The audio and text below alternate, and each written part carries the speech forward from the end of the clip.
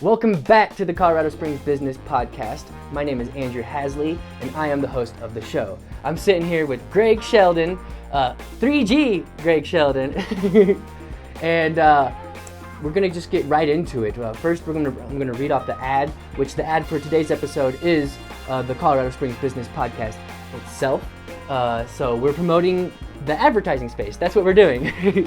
So we have space right here at the beginning. So if you want me talking about your business right here at the beginning of an episode, or every episode if you want to purchase every episode, and we have month-long deals, 6-month-long deals, and year-long deals. Cool. I think the year-long deals are a steal because if you lock in the price that it is that I'm charging currently for the year-long deals, you have that for an entire year. As the show grows, that cost is going to go up. So if you lock it in, the cost ain't going to go up for you for an entire year. Wow. Yeah. Sounds like a great deal. Yeah. And I'm eventually going to make it where it's per episode based. Right now we're doing about 5 episodes a week, which is insane. So you get advertising space for as many episodes as I put out if you buy the time-based, which is like month-long, 6-month-long. But eventually it's going to go per episode base. So you'll pay for 4 episodes or you'll pay for 10 episodes. But right now I figured I want to throw in that extra value, like let people lock in some space. And I'm gonna fix that camera. If you could twist it a little this way, right there. All right, yeah, you were a little bit out of frame. That's all right. I'm bigger than the average bear. Yeah, nice. How big is the average bear? 5'7", 5'8", maybe 150 pounds, 180 pounds. You know. Average bear? I think they were like 400 pounds. Right. Yeah. Well, a bear, yes, but that was a euphemism for people. I'm bigger than the average person. Oh, okay. The average person. Yeah. I got you. All right. So that's the advertisements, and I forgot to say roll the intro music. This is a show where we have real conversations with the business owners and entrepreneurs here in Colorado Springs, doing things in the community of Colorado Springs. Gregg, how you doing? Well, thanks. How are you today? Fantastic. I filmed and saw your presentation at 1 Million Cups. Yeah, thank you. Thank you for that. And you do a great job. Thank you. Yeah. So I know your business, but someone watching might not know your business or businesses. Okay. So let's get into that first. So what do you do, Gregg? So I'm going to give you my 30-second elevator pitch. Okay. I was a social worker, turned automotive technician to follow my dream to become an auto shop teacher. Instead of going to work for public school, I founded my own school called AutoShop Vocational. Mm-hmm. That's my primary project, and I know that's what my life's goal is, is to teach the next generation to become viable in the workforce as an automotive technician. Mm-hmm. Now I do that in 20 days for $2,500, which is a whole lot less than all the other competition. Okay. So that's my main revenue stream, but I'm a true like social entrepreneur, as they call me, and so I have some other ventures too. Nice. So what does that class look like? It's 20 days. What do you take people through? Right. So you become proficient at changing oil and changing tires. I call it popping tires. Popping tires. So not actually going and popping them, but you're changing tires. Okay. Can you pop it first if you want? If you want to, yeah, absolutely. Actually, I blew a motor before I was replacing it. It was knocking, so I redlined it and had the connecting rod go through the engine block. Okay. Pretty cool. And so the piston went through the engine block? The connecting rod did, yeah. Okay, connecting rod. Can that fly off and be dangerous to you? I've never. If you are in a drag car with no hood or anything like that, maybe. Okay. And I think that it could be potentially dangerous for somebody. But I had the hood on. I was in the driver's seat. If you did it well, with the hood popped and just hitting the gas underneath the hood, and that happened. There's a potential for that to come and maybe go shards flying in your eye. Oh no. But I did it in a controlled environment. Yes. Nice. So you're proficient at popping tires and changing oil. And we go through and we take apart an engine, we take apart a transmission, we do brakes and alternators and starters and stuff like that. So they know what all that stuff is, but they're not proficient at that. Because in 20 days, you can't be proficient at that. That takes time and working on many different vehicles to be able to do that because all vehicles are different. So what the lube tech, the entry-level automotive technician, Call them looby boobies? Looby boobies, yeah. So what a looby booby needs to know is, changing oil and popping tires, and being able to look for more work or what's wrong with the vehicle. So what we teach is when you see a leak or a seep, note it and make sure that at least you're telling the service writer or the manager of the repair facility so they can inform the customer. If it's a small seep, it may not necessarily need to be fixed or replaced, but if it's leaking and dripping on the ground, that's important. So you guys, when you have your vehicle and there's something on the ground, whether it's engine oil, transmission fluid, diff fluid, brake fluid, coolant, amongst the others half dozen other fluids that are in your car, that's something you need to get checked out. Just a public service announcement. And so when these people are changing oil, they're looking for other problems with the car so that they can at least, at bare minimum, tell the customer, and more so to have the dealership or the repair facility get some more work, because that's predominantly why people give free or discount oil changes, so that they can get work. So that kind of leads me into my community project. Yes. What we're doing is I've got 10 of my friends. We're going to take a Saturday morning and go into with 40 elderly or senior citizens who drive cars who are on a fixed income. They're a huge target for the repair facilities and the dealership. So I'm getting 10 of my friends together on a Saturday morning to inspect their cars. A huge target, like in a bad way, or? They're targeted for being dishonest. And so what we're doing is giving them a non-biased evaluation or inspection of their vehicle, so that they can now go to the repair facility and be like, hey, I need this. I need brake. I know that I need brakes in the near future, but I have a coolant leak, and the coolant leak is more important to me than the brakes, because I need to get the coolant done now, and the brakes can wait for a couple months. So we're kind of giving them a solid inspection for $10, so that they can be empowered and have confidence around their vehicle. And this is a kind of charity work in a way? I'm volunteering, yes. All my guys are volunteering. So what we're going to do with the proceeds is have a big community barbecue.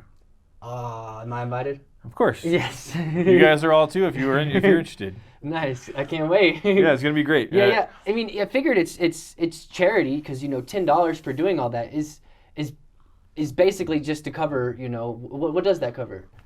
So that's all proceeds. Oh, and that goes to the barbecue. That goes to the barbecue. It's just community. It's what's going on. It's about building our community, getting people involved, and I'm looking for some sponsors for companies that serve the target community of the elderly, or the senior citizens, we should call them. So have you hit up the Hearthstone networking event? I know I think the organizer is big in the retirement community. I will absolutely check that out. And Chuck, you have a big connection with the retirement community, don't you? Yeah. I mean, your insurance stuff is exactly for that. Yeah. And so that's what we'll follow up with that, absolutely. The Hearthstone. Hearthstone, I think. I've seen you there once, I think. Maybe not, actually. I think I know what you're talking about. They meet up in Monument? No? It's kind of by Palmer Park, right behind that 7-Eleven. It's at a church, actually. Okay. Yeah. You'll have to, let's follow up with that, absolutely. Yeah, definitely. And so that's a big community. That's what we're working on, since I can't teach right now. That's one of the community projects that I'm working on, to help out, and give people the confidence around their vehicle, so that they know they're not getting taken advantage of. Yeah. Nobody likes being taken advantage of, and I know it happens at your repair facilities and dealerships all the time. So for sure, trying to do my part to make sure that doesn't happen anymore, and then we get to have a nice barbecue afterwards. So the other thing that I'm looking for is sponsors for that, so that the people who are getting the inspections don't have to pay. What if you had a car dealership to get on your side on that? That's an absolute option. Yeah. I've worked with I've tried to work with a few dealerships, and it's difficult to get into, to get past their front line, because people are always hitting them up for money. Oh yeah. So, but this is something that will hopefully resonate with them. Yeah. And then then the people who get the seniors who get the inspection can always go to the dealership to get the car work done. So that's a win-win also. So this is what you're doing while you can't teach, and you can't teach because of COVID. Correct. Okay. And so I'm also putting together the pit stop workshop. I believe we talked about that. That's a 1-day class that teach you to jumpstart your car, change a spare tire, what your dash lights mean, and things like that. And so there's 7 modules, and each one has an assessment. So say for the tire changing assessment, what we do is you have to go and take your tire off your car, just take a picture and send it to me. So for each of the 7 modules, you have to you have to submit a picture or write a little blurb about the answer to the question. That way you have that experience piece in it still. Because I know that's big for you. Yes, experience is that's how I learn. I know a lot of people can read it, hear it, see it, and get it, but I actually have to do things in order for it to be locked away. And so. Because that's when you know where you're messing up at. Yes. And that's how you learn. And so once you pass all the assessments, I send you a certificate of completion. And if you complete it within 60 days, I send you 20% of your money back. Oh, sweet. Yeah. So it's and that's the one way that I can have a renewable passive income and really focus on the fundamentals course, which is the 20-day class. It's because I know that I've tried to run the fundamentals class by myself, and it's not profitable, and we all have bills to pay. Yes. So that's the pit stop workshop is how I'm going to pay my bills while I'm getting the school running. So I know that I can't do it all myself. So yeah. So with a business, how long have you been? When did you decide to go into business for yourself? Oh man, I was working at a repair facility, a dealership here in town.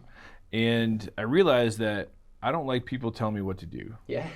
If you talk to me like I'm a human being, we're gonna have a great conversation. But that's not usually how bosses interact with people, in my experience. So I realized that I'd always thought I was gonna go work for public school as an auto shop teacher, but I realized that I could have the most impact by developing my own program, writing a curriculum. And so I wrote the curriculum in the summer of 2017 and opened the doors to AutoShop Vocational in October of 2017.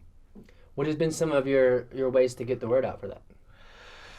I know you struggle with that. I do. Yeah. I'm the businessman in me is a small muscle, and I've been working it, so it's getting stronger and stronger and stronger.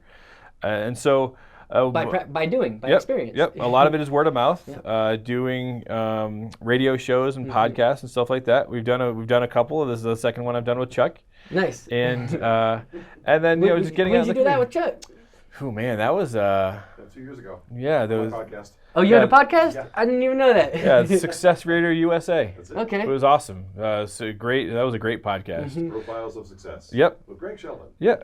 Sweet. And so actually, if you go on my website, AutoShopVocational.com, look under media, you can find it. Okay. It'd be a great one to listen to. Yeah, definitely. It's me talking about who I am and what I'm doing, just as I would be sitting down having a beer with you. You know what I mean? And so, it's a really good, real good representation of who I am and how I've gotten to where I'm at. So you've just been basically getting out in the community, doing as much as you can. Yep. I go to car shows. I often have a booth at car shows, and I make car part art. You've seen some of that stuff, and so. I didn't even think to have you bring some today. Yeah, that's okay. Actually, I rebranded that from car part art to used part art. Because car part art was $1,800 for the domain, and used part art was $10. So nice. So that worked out for me, and so I've been selling some car part art. I have a very target market that I'm utilizing for that at the moment because I'm making an emblem for a Think Into Results group, and so that's why we have the website for that. And so I go to the car shows, talk to people, do some advertising. And then what I'm starting to work towards, or what I'm working towards now, is going to the repair facilities and letting them know about my program. So not only will they hire my graduates, but when they get people when they get prospective employees, they send them to me first so that they can get their training. And it's not $30,000 in 18 months like some of my competitors. It's $2,500 in 10 weeks, or 5 weeks depending on which program you're going into. I think that's fantastic. Thank you. Yeah, I take a lot of pride in it because I'm a solopreneur. I'm just trying to make a difference in the community. That's why they call me a social entrepreneur. Yeah. I think that's really cool that you're aiming for dealerships and mechanic companies, Yep. they could really like benefit from that. Like a lot of big companies, they'll have a motivational speaker come in or a business coach come in to really talk to all their employees. You're doing that in a different way for a different industry. Right. Like that's sweet. I think that's a very niched down thing. Yeah, well, thank you. Yeah. It's a lot of fun. I love what I do. I love teaching. I was actually I'm a part of this vintage motorcycle club in town. Okay. We had a wrench night last night, and I just kind of walked around and made sure like the guys if they needed help, I was there. Wrench and night. What's yeah. that? So just turning wrenches on our old motorcycles. It's a vintage sweet. motorcycle club. So it's called Boulder Street Moto down. We're off of Pikes Peak, 4745 East Pikes Peak. Pretty close. Right next to the Maker Space and Wolf and Key. Wolf and Yep. Key. Yeah, with Adam Morley. He's Yeah. He's one of the original members of the Boulder Street Moto. Wow. Okay. So I he would w- love to get him on the show one of these days. Absolutely, I can set you up with that. He's a super cool dude. He's a good friend of mine.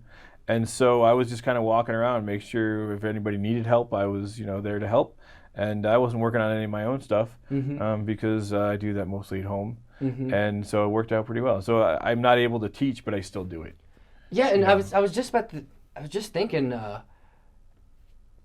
this is your job, teaching. How have you been able to sustain through COVID? Well, that's another good question. I do have a lot of friends in the community who are always asking me, hey, do you do oil changes? Do you do brake jobs? Do you do work on your car? Your car has been in my shop once or twice. I mean, I asked, you're the first person I reach out to usually. Yep. And so if it's a job that I'm capable of doing, then I'll absolutely take it on, and they'll get a good, I give them a good rate. And if it's not something that I'm interested in, like I work predominantly on Subarus, but I'll do smaller job on just about any car.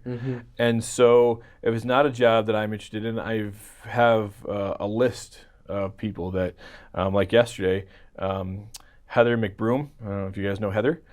She runs an insurance agency in here in town, and we're also on the board of Thrive Networks, which is a small business incubator. So she asked me yesterday, she was like, my car's at Meineke, the differential is bad, has failed, and they want to charge me $2,500. I was like, well, I got Paul Camping, the diff man, like that's all he does, because differentials are not an easy, they have to be shimmed properly, and if not, they can grenade, which means they blow up. And nobody wants that because that'll leave you on the side of the road every time. And so I told her to call Paul. I sent her the information because it's not a job that I want to do, but it's something that I know the guy, and it's a great guy.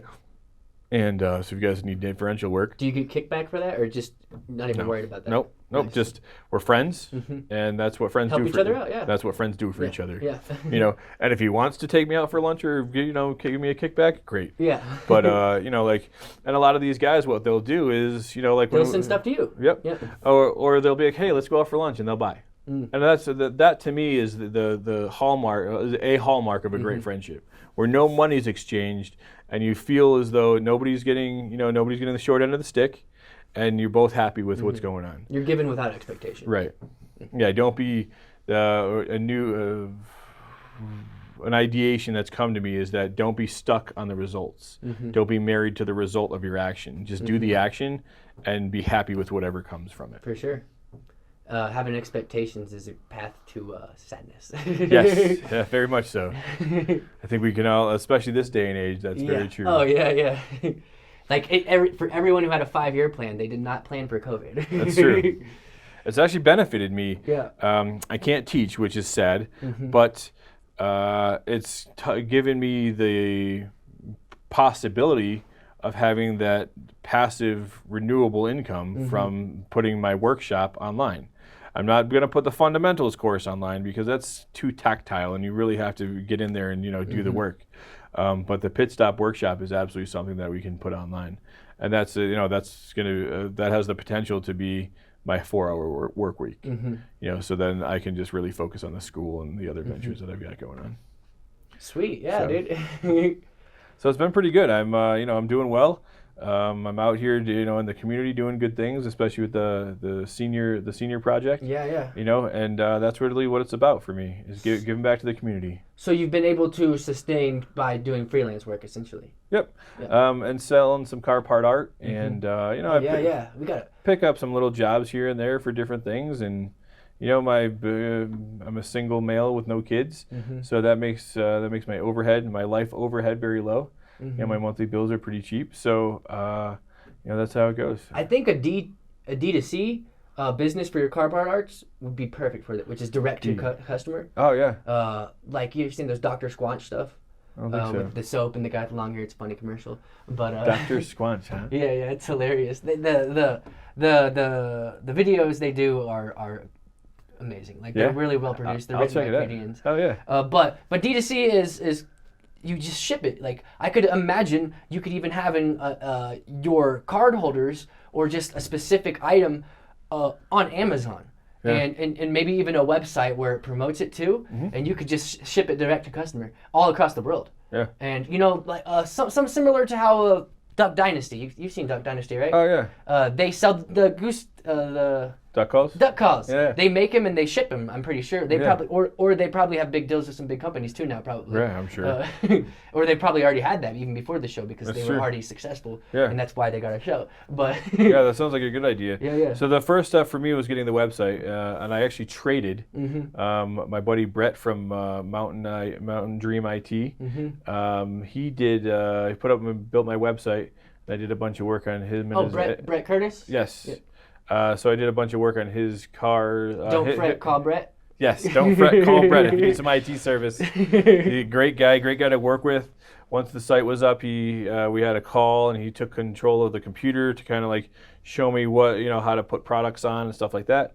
And so I did a bunch of work on his car and his wife's car. Yeah, trade deals are awesome. That's the best for me, and everybody needs work done on their car. I've traded, even at the 1 million cups earlier today, there's probably about 30 or 40 people there, and I probably traded services with 20 of them. I'm one of them, I think. Yeah, you absolutely are. Yep. And James Proby from the Men's Exchange, we traded, got a suit from him. See, Heather Langston, you obviously, Chuck, I don't think I've ever worked on your car before, but I have given you some advice of what to do. We've talked about that. You've given, Well, my friends and everything. I mean, you're the go-to guy for my friends. Yep. So, yeah. And so, there's been lots of people, dozens, maybe hundreds in town now of people's cars that I worked on that are in the business community here in Colorado Springs. Definitely. So trade is definitely is a great way to build a relationship with people. It's not always about the mighty dollar.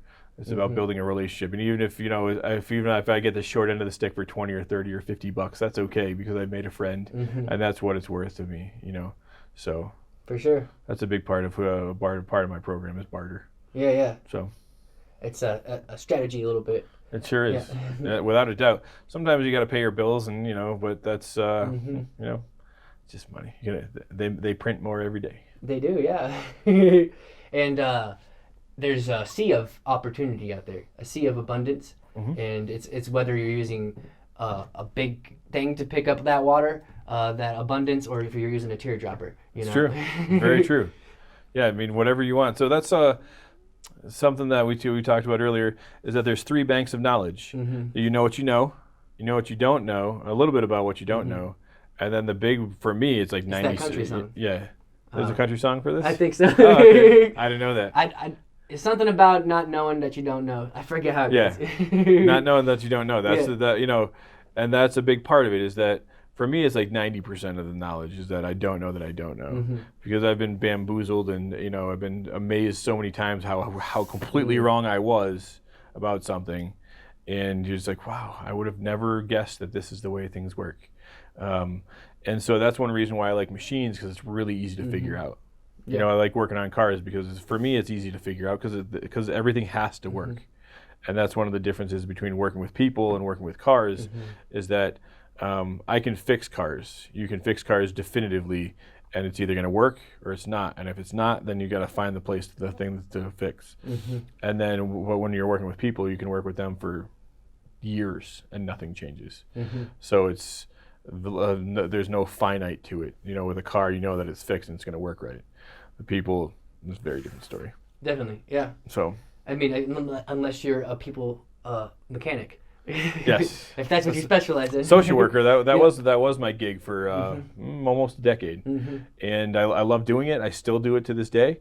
However, it burns you out when you don't see any change in people, and you work with them, and nothing changes, and they're still the same person. So you're just like spinning your wheels. Yes, you're getting paid, which is meager for a social worker. Yeah. But often the biggest reward is seeing the change in people, knowing that you advance them Definitely, and help them out in life. And some people you don't see any change; they're just going to be the same person no matter what you do, and that's okay. That's who they're going to be. But you just know that you put less. I would start putting less and less effort in after I felt that way. But maybe they were close to a breakthrough and I was giving less effort, and then they didn't have the breakthrough that they needed. So working with cars, I can fix them, make them run, and make them go as fast as your money can make it. Allows you to.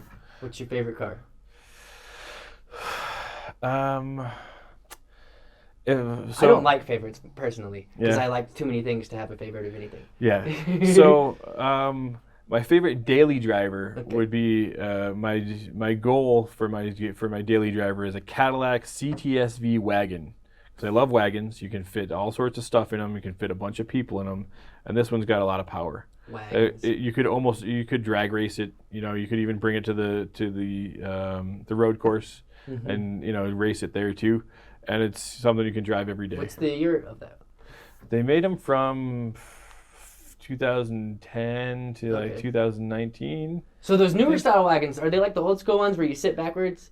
Because I loved doing that when I was a kid. They don't know. I think the Department of Transportation has nixed those back seat. Oh, those are so fun. And even the side facing ones too. Like like a limo. Yep.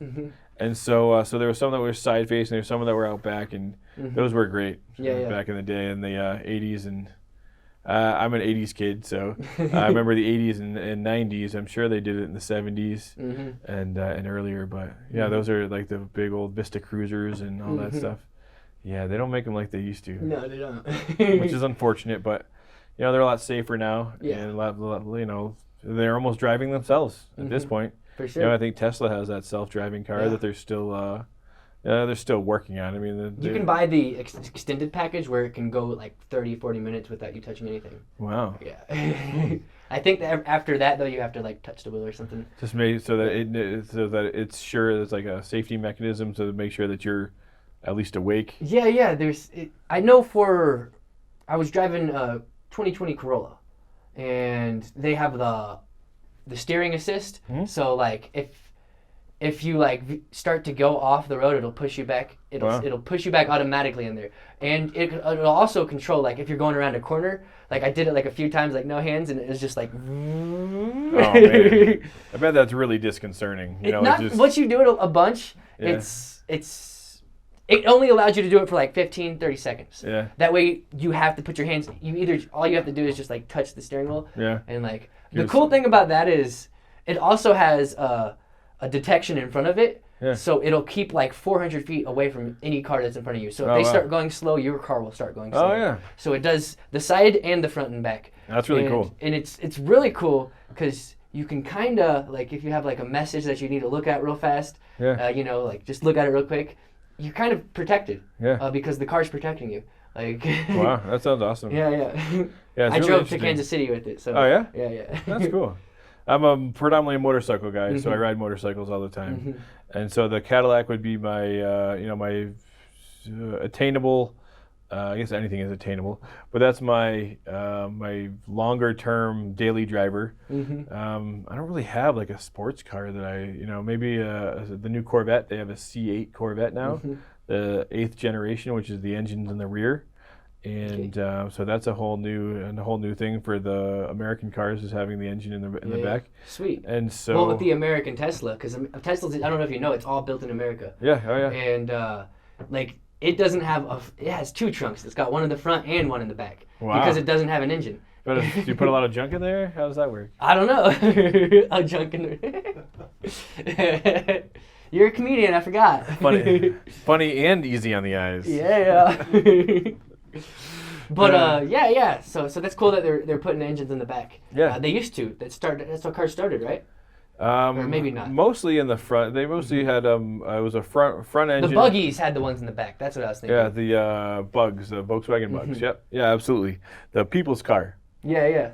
And so that was predominantly with the Model T and the Model A. Actually, I have a friend who has a 1921 Model A. and it's been in the family since day one. Mm. He lives up in Conifer, and they had to put additional brakes onto the back because coming down the mountain, the factory brakes weren't substantial, weren't sufficient. So there's the Rocky Mountain Brake Company or something that I don't remember the exact term or the name of the company, but they made an additional brake for the back so that you could be coming down these mountain passes and not wear out your brakes. Yeah. Because if you've ever driven a car up and down Pikes Peak, Yes. your brakes can start to smell if they're not that good. and they temp your brakes halfway down because if they're getting too hot, they make you pull over. And so how do they do that? with a little temp gun. There's a guy that just stands. Oh, it's when you hit that little concession stand thing. Yep, Cove Creek, Glen Cove. Mm-hmm. When you stop there, there's a little gas station or a little trinket place. Yep, a little shop, and then if your brakes are too hot, then they pull over. But the last time I went up, I drove a Jeep, and you put it in second gear. It's an automatic, so you put it in second gear and let the engine slow you down. Yeah. That's what they tell you to do too. Yep. Is put it in. And so then I got down there, and the guy temp your brakes. They're like, wow, they're not even hot. I was like, I know what I'm doing.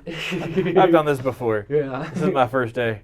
So we got to continue going down. And so I think sometimes they might even tell you your brakes are hot just so that you go into the store and spend some money. But okay, yeah. I mean, there's marketing in all sorts of ways. Oh, yeah, for sure. Oh, yeah. So how's business going for you? It's been good. Yeah. I love it. Yeah. I think it's been going pretty good. It's enough to sustain, and it's enough to more than sustain. I feel actually. Yeah. That's awesome. Yeah. And this podcast actually has been my full focus over the last 2 weeks. Really? Like yesterday, I put in an 11-hour shift here at this office. Wow. For the Colorado Springs Business Podcast. That's awesome. Yeah, and I really want to make it. This has been my main focus. What's cool about focusing on this is it also trickles down to my other business as well. Yeah. It gets me in front of a bunch of people. It gets your notoriety out there, gets your name out there, so that when people think of videos, you're like, sweet. I know the guy. Exactly. Yeah. So it's cool, and that's actually one of the main reasons why I started it back in December. Was to get to know people better and to help get my name out there. Yeah. But then and you've done that well. Yeah. I mean, it's been not less than a year and a little over. Yeah. About a year actually. Your name comes out of my mouth and a bunch of the people that I know, and they're like, Sweet. oh, because I've been looking at we've talked about the video, the online videos, is something we got to follow up with. Yes. And so that's we've been doing great. Yeah. I see, and about a month ago with this podcast, I wanted to. I saw a big vision for it, and then I started executing on it almost instantly. Within 13 hours, I was able to lock in some seed money. Shout out to Brandon Kirk. I wasn't even asking. I was just telling him the idea, and he was he just wanted to help out. Awesome. So that's pretty cool. He's actually the first episode on the show too. Yeah, he's a cool guy. He's one of my benefactors too. He's helped me. To do this crowdfunding. He was one of the first people to help me out with that too. Super cool dude. Yeah, definitely. Shout out to you, Brandon. High five. With Planet Duct and Hydro Clean. Yes. Carpet cleaning and air duct cleaning. Yep. Super cool dude. Yeah. Well, yeah, man. I guess we could start wrapping the show up. Right. Is there anything you wanna promote or let people know?